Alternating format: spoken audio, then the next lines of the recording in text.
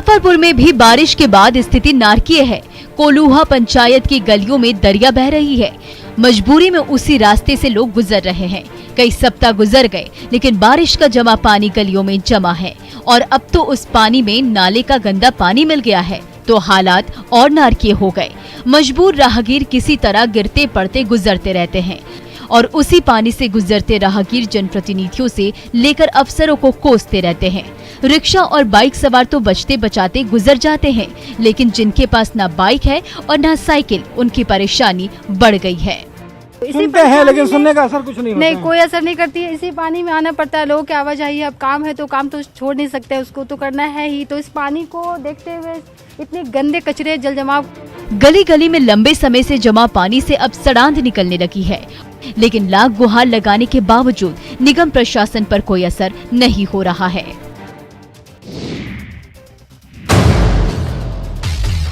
खगड़िया में इस बार बाढ़ ने कुछ ज्यादा ही सितम ढाया है। जून से ही कई इलाकों में बाढ़ का पानी पहुंच गया। नदियों के पानी में उतार चढ़ाव अभी तक होता रहा।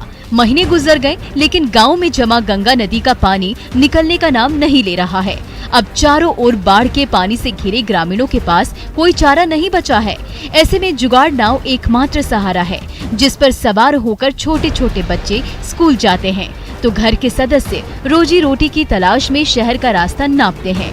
खगड़िया के गांव को गंगा नदी ने ऐसा घेर रखा है कि ना ही कहीं आने जाने का कोई रास्ता बचा है और ना नाव आ पाता है। लाद सहित डूबल जा रहे तो छाकल कैला बच्चे सब वहाँ गरा में लटक गए बचवा। तो परेशान बाढ़ पीड़ितों ने दोनों छोरों पर रस्सी बांध दी और पशुओं को चारा डालने वाली नाव बना लिया। इधर बाढ़ के जमा पानी से महामारी फैलने का खतरा भी बढ़ गया है।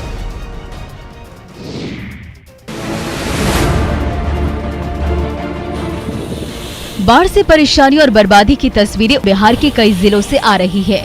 अब पानी कम हुआ है तो कटाव शुरू हो गया है। सोनपुर के सबलपुर की दियारा की तस्वीरें देखिए। कभी पक्की सड़क टुकड़े टुकड़े होकर धारा में विलीन हो रही है, तो कभी भारी भरकम पेड़ पल भर में धाराशाही हो रहा है। कंक्रीट के मकान देखते ही देखते गंगा में विलीन हो रहे हैं, तो पक्की सड़क पलक झपकते टुकड़े टुकड़े हो रही है। मकान के मकान मिटते जा रहे हैं, तो खेत और नदी में कोई अंतर नहीं दिख रहा है। दरअसल जब गंगा उफान पर थी तो लोगों ने किसी तरह आशियाना समेटकर ऊंचे स्थान पर पड़ाव डाल दी। गंगा नदी की धारा ने सबलपुर दियारा के ग्रामीणों के सिर से छत छीन ली है और अब तो पैरों तले जमीन भी गायब होने लगी है। आखिर ये कटाव पीड़ित जाए तो जाए कहां?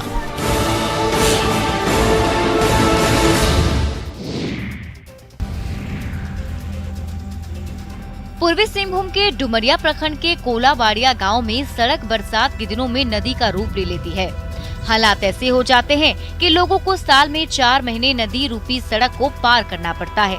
ग्रामीणों ने कई बार गांव के बीच बह रहे पानी के लिए नाला का निर्माण कराने की मांग की, लेकिन अब तक किसी तरह की कोई पहल नहीं हो पाई है। कोलाबाड़िया गांव में करीब 50 घर हैं, जहां बरसात के दिनों में खेत का पानी गांव के बीच से ही होकर गुजरता है, जिससे सड़क पूरी तरह नदी बन जाती है। लोगों को गांव में ही एक घर से दूसरे घर जाने में परेशानी होती है। करीब 1 किलोमीटर की लंबाई में बह रहे पानी से होकर गुजर रहे लोगों का पांव केवल रात में ही सूख पाता है।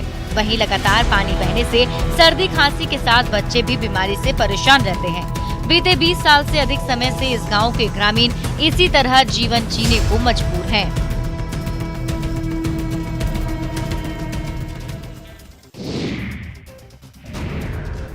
अलग राज्य गठन के बाद भी दुमका में जामा प्रखंड के इलाकों की तस्वीर नहीं बदल सकी है। यहाँ आज भी हेल्थ और रोड सिस्टम खाट से आगे नहीं बढ़ पाया है। वेदिया पंचायत की जरुआडी और 12 टीकर गाँव में आज भी पक्की सड़क का अभाव है। हाल ये है कि किसी भी तरह की बीमारी की स्थिति में मरीज को खाट पर लादकर करीब 7 किलोमीटर दूर जाना पड़ता है, तब जाकर एम्बुलेंस के जरिए मरीज को अस्पताल पहुंचाया जाता है। लोगों ने विधायक से लेकर सांसद तक गुहार लगाई, लेकिन अब तक कोई सुनवाई नहीं हुई। पहाड़ों की तलहटी में बसे गांव में आज तक सड़क नहीं बन पाई है। सबसे ज्यादा दिक्कत है कि मतलब रोड हम लोग का ठीक अच्छा नहीं है। मान लिया डिलीवरी आदमी को तो आना जाना के लिए 1 किलोमीटर दूर लगने पड़ता है। कैसे ले जाते हैं उसको डिलीवरी वाला को? वो टंक है, ओ खटिया पे। हाँ, ग्रामीणों ने कहा कि सड़क नहीं बनने का खामियाजा तो भुगतना ही होगा। स्थानीय विधायक पर लोगों ने वादा खिलाफी का आरोप लगाया। साथ ही कहा कि प्रखंड स्तर का कोई भी महाराष्ट्र के कई इलाकों में होने वाली जोरदार बारिश ने शहरों की सूरत बदल दी है। नासिक में तो इतनी बारिश हुई है कि शहर के कई हिस्सों में कमर तक पानी जमा हो गया है। तस्वीरों में दिखा कि वहां के कई मशहूर मंदिर आधे से ज्यादा पानी में समा गए और कुछ जगहों पर तो इतना पानी भर गया कि मंदिरों को देख पाना तक मुश्किल हो गया। सारे शहर में बरसाती पानी नदी की तरह बहता नजर आया। एक शिव मंदिर का नजारा तो ऐसा था कि वहां सिर्फ त्रिशूल ही पानी के बाहर दिखाई दिया, बाकी सब पानी में पूरी तरह से समा गया। गोदावरी नदी में अचानक बढ़े जल स्तर ने दूसरे शहरों से आए लोगों के लिए भी परेशानी खड़ी कर दी। वहां पूजा पाठ करने जुटे लोगों ने कहा कि प्रशासन की तरफ से कोई व्यवस्थाएं नहीं की गई, जिसकी वजह से परेशानियां दोगुनी हो गई हैं। आपको बता दें कि नासिक सहित पूरे महाराष्ट्र में भारी बारिश का अलर्ट जारी है और बारिश की वजह से कई शहरों में हालात काबू से बाहर भी हो गए हैं।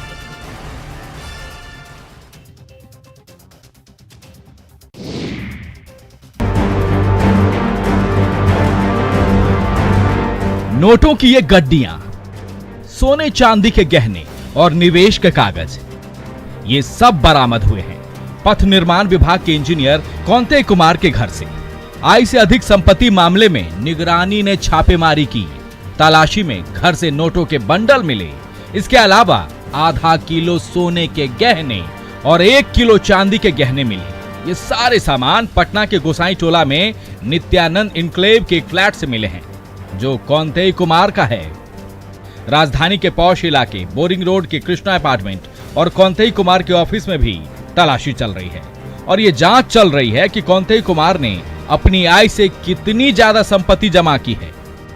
कौंते कुमार की संपत्ति कितनी है, ये जानने के लिए थोड़ा इंतजार करना होगा, लेकिन भ्रष्ट अधिकारियों के खिलाफ नीतीश सरकार का ये अभियान लगातार जारी है।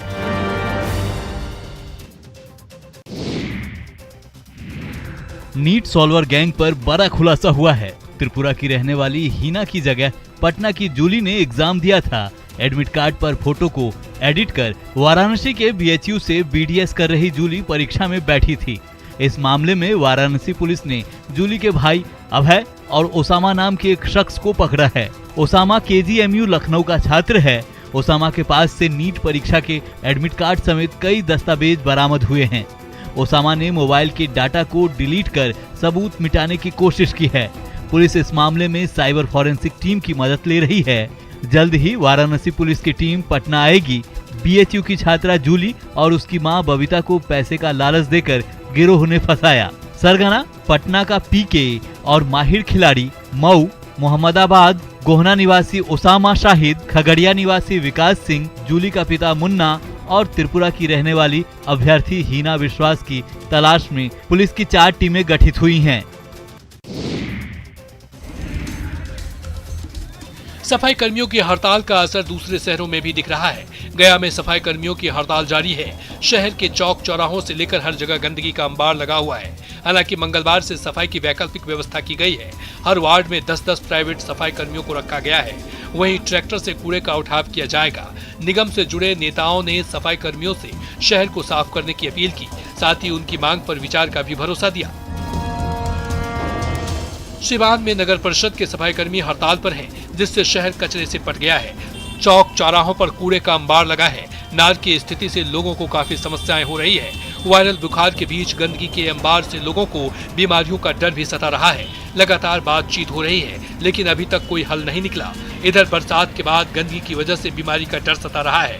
अगर जल्द ही सफाई कर्मी की व्यवस्था नहीं हुई तो महामारी की आशंका से लोग डरे हुए हैं।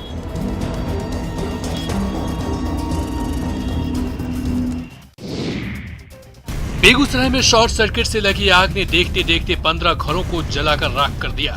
घटना बछवाड़ा थाना क्षेत्र के कदराबाद पंचायत के हादीपुर गांव की है। बताया जाता है कि सोमवार की देर रात उपेंद्र पासवान के घर शॉर्ट सर्किट से आग लग गई और आग इतनी तेजी से फैली कि आसपास के 15 घरों को अपनी चपेट में ले लिया। स्थानीय लोग जब तक आग पर काबू पाते तब तक आसपास के 15 झोपड़े जलकर राख हो गया।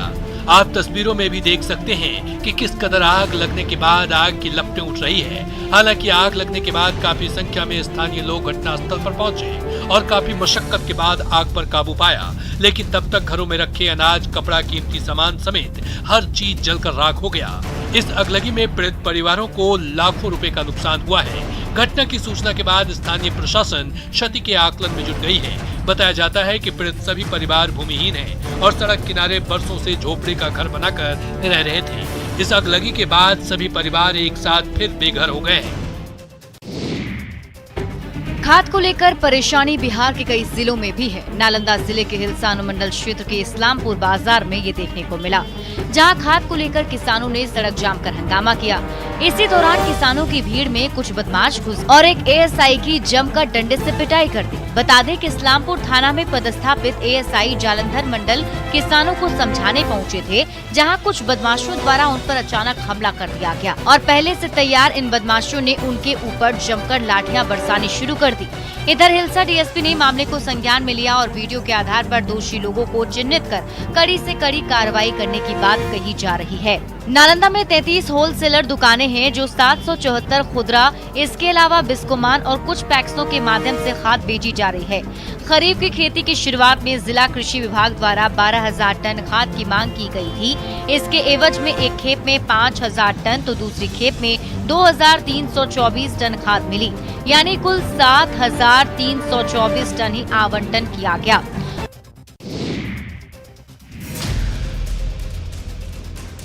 धनबाद कोयलांचल में लॉ एंड ऑर्डर पूरी तरह से फेल है। पुलिस की सुस्त चाल से अपराधी बेखौफ हैं। कतरास थाना क्षेत्र में दिन दहाड़े अपहरण की वारदात का वीडियो वायरल हो रहा है, जहां टाडा बस्ती में बोलेरो सवार अपराधियों ने बाइक सवार को दिन दहाड़े अगवा कर लिया। पूरी वारदात सीसीटीवी में कैद हो गई। अपराधियों के इस दुस्साहस से लोगों में खौफ का माहौल है। वहीं हैरत की बात है कि पुलिस को पूरे मामले की जानकारी तक नहीं है।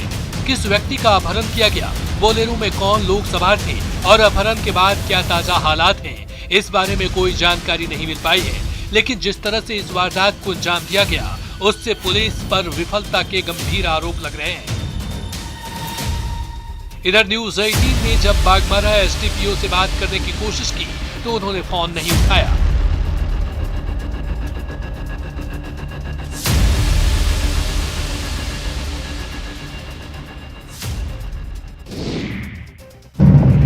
गिरिडीह जिले के सीसीएल कोलियरी कोल प्लांट का अस्तित्व धीरे धीरे खत्म हो रहा है, लेकिन यहाँ रखे लोहे पर लोहा माफिया की बुरी निगाह है।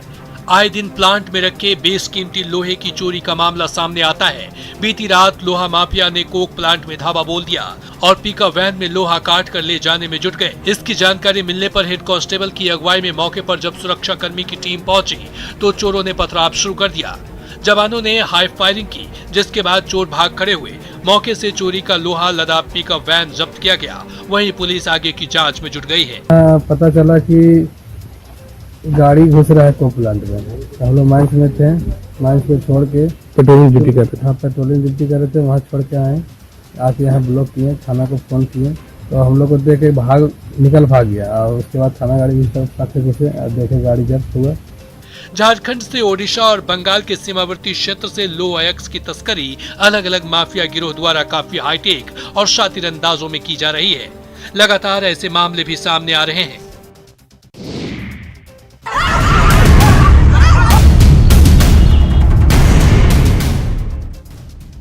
बेतिया के चरगाहा गांव में 2 महिलाओं को बेरहमी से पीटा गया। पीटने का आरोप महिला के भैंसूर बिल्टू राम और उसके साथियों पर लगा है। घटना 11 सितंबर की बताई जा रही है, जब लाठी डंडे से महिलाओं को पीटा गया।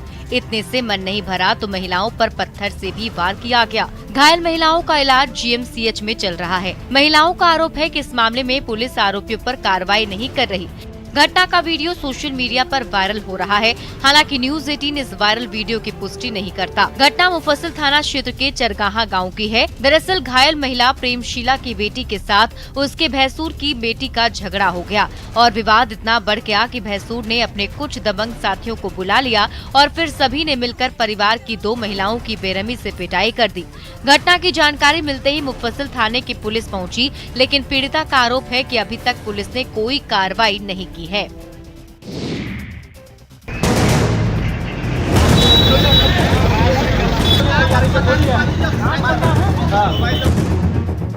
धान की फसल अब कुछ ही दिन में तैयार हो जाएगी, लेकिन उससे पहले पौधों को धान की जरूरत है। लेकिन गढ़वा में खाद की कालाबाजारी जोरों पर है, जिसको लेकर किसानों में नाराजगी दिख रही है। इसकी शिकायत किसानों ने सोशल मीडिया के साथ ही डीसी को आवेदन सौंप कर की, जिसके बाद डीसी ने जिला कृषि पदाधिकारी को जांच का निर्देश दिया। इसकी जांच के लिए अधिकारी जब कांडी प्रखंड पहुंचे तो उन्हें किसानों के आक्रोश का सामना करना पड़ा।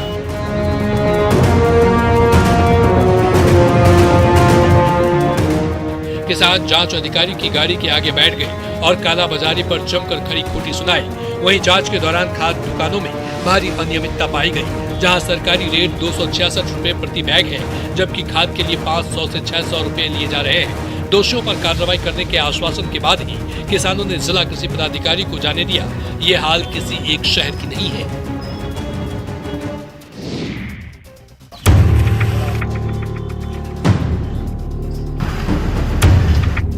गोपालगंज में आदर्श आचार संहिता लगने के बाद आनन फानन में कई योजनाओं को पास कर दिया गया और 15वीं वित्त आयोग की योजना के तहत करीब 1 करोड़ की आधा दर्जन से ज्यादा योजनाओं का काम भी शुरू करा दिया गया।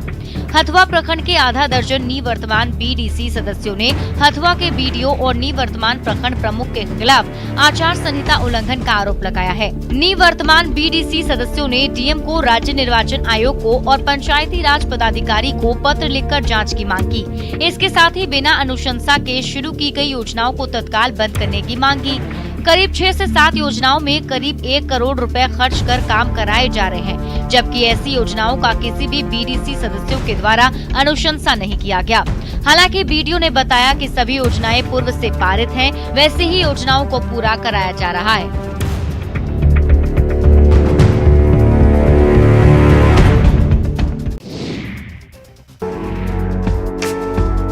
हजारीबाग के डोमटाड़ में अर्धनिर्मित यह भवन देश का 5वां और झारखंड का पहला ऐसा किचन होगा जहां से स्कूल के लाखों बच्चों को रोजाना मिड डे मील मिलेंगे। इस महारसोई घर को आप हजारीबाग के सांसद जयंत सिन्हा की ड्रीम प्रोजेक्ट कह सकते हैं और देश के बड़े एनजीओ अक्षय पात्र की पहल, जिससे आने वाले समय में इस महारसोई घर से लाखों बच्चों की सेहत तो सुधरेगी ही, साथ ही मिड डे मील से जुड़े शिक्षकों को भी राहत मिलेगी। दोस्तों, हम लोग जितना फर्स्ट प्रेफरेंस जैसे होता है ना, फर्स्ट प्रेफरेंस हम लोग उसको शुरू करवाएंगे। इस बड़े रसोई घर में अनाज रखने के लिए बड़े बड़े गोदाम बनाए गए हैं। तेल के लिए अंडरग्राउंड टैंक तैयार किए गए हैं। भवन बनाने में फायर प्रूफ ईंटों का इस्तेमाल किया गया है। आधुनिक मशीनों से मिड डे मील का खाना तैयार किया जाएगा।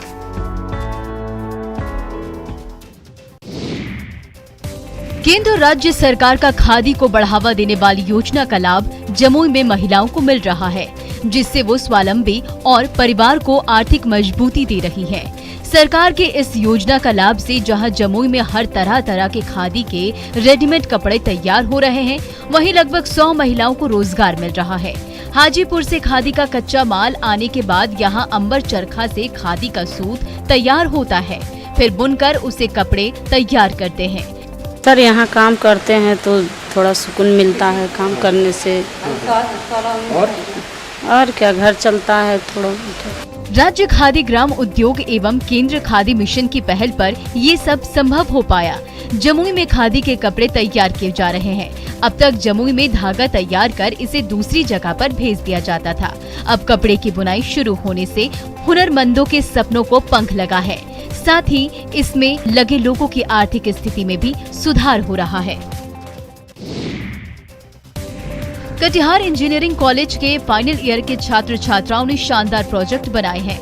मैकेनिकल के छात्र छात्राओं ने किसानों के हित को ध्यान में रखते हुए इस बार अपने प्रोजेक्ट को तैयार किया है, जिसमें कम लागत पर किसान अधिक फसल पैदा कर सकते हैं। इसके अलावा रोजाना इस्तेमाल होने वाले कई उपकरणों की अत्याधुनिक इंजीनियरिंग के सहारे विकसित किया गया है। छात्रों का प्रोजेक्ट अगर आगे सफल रहा तो बिहार के लोगों को आत्मनिर्भर बनने में और भी मददगार होगा। किसानों को ऐसे सर पहले तो टाइम का काफी एफर्ट जो लगता है मैनुअली करने में, उससे काफी टाइम कंज्यूमिंग कम होगा, कॉस्ट इफेक्ट काफी कम होगा।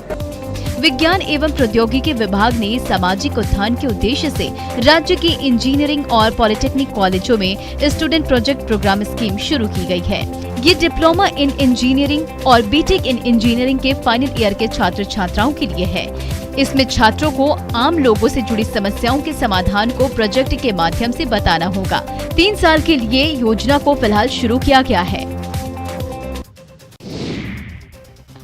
लंबे समय से बासुकीनाथ मंदिर श्रद्धालुओं के लिए बंद है। इससे जुड़े पंडा, पुरोहित और स्थानीय व्यापारी वर्ग के समक्ष भूखमरी की नौबत आ गई है। स्थानीय लोगों और पंडा समाज ने राज्य सरकार से इस दिशा में पहल करने की मांग कई बार की, लेकिन आवाज अनसुनी कर दी गई। पहले लॉकडाउन और अब लगातार दूसरे वर्ष श्रावण मेला के बाद भादो मेला भी आयोजित नहीं हुआ, जबकि सावन एवं भादो महीना ही यहाँ के लोगों का आय का मुख्य स्रोत है। लेकिन पिछले 2 वर्षों से बासुकीनाथ मंदिर बंद रहने से सब ठप है। सोमवार को दुमका में भाजपा का 10 सदस्यीय शिष्टमंडल डीसी से मिला। कोविड-19 का गाइडलाइन पालन करते हुए मंदिरों को खोला जाए। नेताओं ने विश्व प्रसिद्ध बाबा बासुकीनाथ मंदिर खुलवाने की मांग को लेकर ज्ञापन सौंपा और डीसी से कोविड प्रोटोकॉल का पालन करते हुए जल्द मंदिर खुलवाने का आग्रह किया। कोरोना काल में लॉकडाउन के कारण धार्मिक स्थल समेत विभिन्न संस्थान पूरे देश में बंद थे, लेकिन अब सिर्फ झारखंड के मंदिर ही बंद हैं।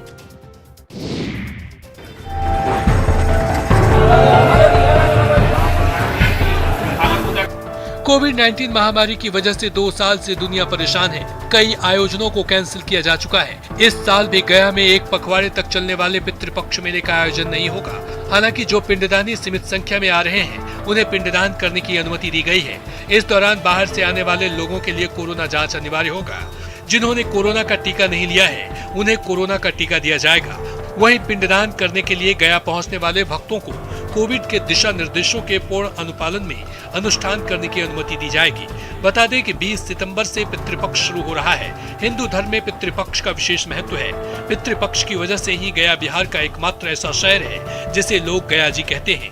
मेले का आयोजन पिछले साल भी नहीं किया गया था और ट्रेनों को भी कोविड के कारण रोक दिया गया था। इसलिए पिछले साल भी पिंडदान की रस्म नहीं निभाई गई थी। इस साल कम से कम भक्त आ रहे हैं और पिंडदान की भी अनुमति मिली है। बारिश की वजह से देवघर एयरपोर्ट के काम में आई बाधा के बाद अब सिविल वर्क के साथ टेक्निकल काम तेजी से चल रहा है। देवघर एयरपोर्ट में कम्युनिकेशन का कार्य पूरा हो चुका है। पिछले दिनों दिल्ली से आए एक एयरक्राफ्ट से ट्रायल कर कैलिब्रेशन सफल होने के बाद अब एयर ट्रैफिक कंट्रोल में भी सभी तरह के कम्युनिकेशन का काम पूरा हो चुका है। एटीसी में मेट्रोलॉजिकल मशीनों का ट्रायल हो चुका है। एटीसी के सभी उन तकनीकी मशीनों से नजदीक एयरपोर्ट कोलकाता, रांची, दुर्गापुर और पटना के साथ कम्युनिकेशन का ट्रायल कर लिया गया है।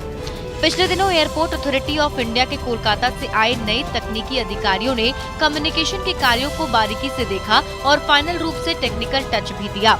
टेक्निकल टीम के अनुसार देवघर एयरपोर्ट के एटीसी की ऊंचाई पर्याप्त है। एटीसी से एयरक्राफ्ट के ऑपरेशनल एरिया और रनवे को आसानी से देखा जा सकता है। यह एटीसी एयरक्राफ्ट की लैंडिंग और टेक ऑफ के दौरान कंट्रोलिंग के लिए पूरी तरह तैयार हो चुका है। एटीसी में तकनीकी अधिकारी व कर्मियों की पोस्टिंग पूर्व में ही एयरपोर्ट अथॉरिटी ऑफ इंडिया द्वारा की जा चुकी है। और फिलहाल इस बुलेटिन में अभी के लिए बस इतना ही, लेकिन न्यूज़ 18 बिहार झारखंड पर खबरों का सिलसिला लगातार जारी है।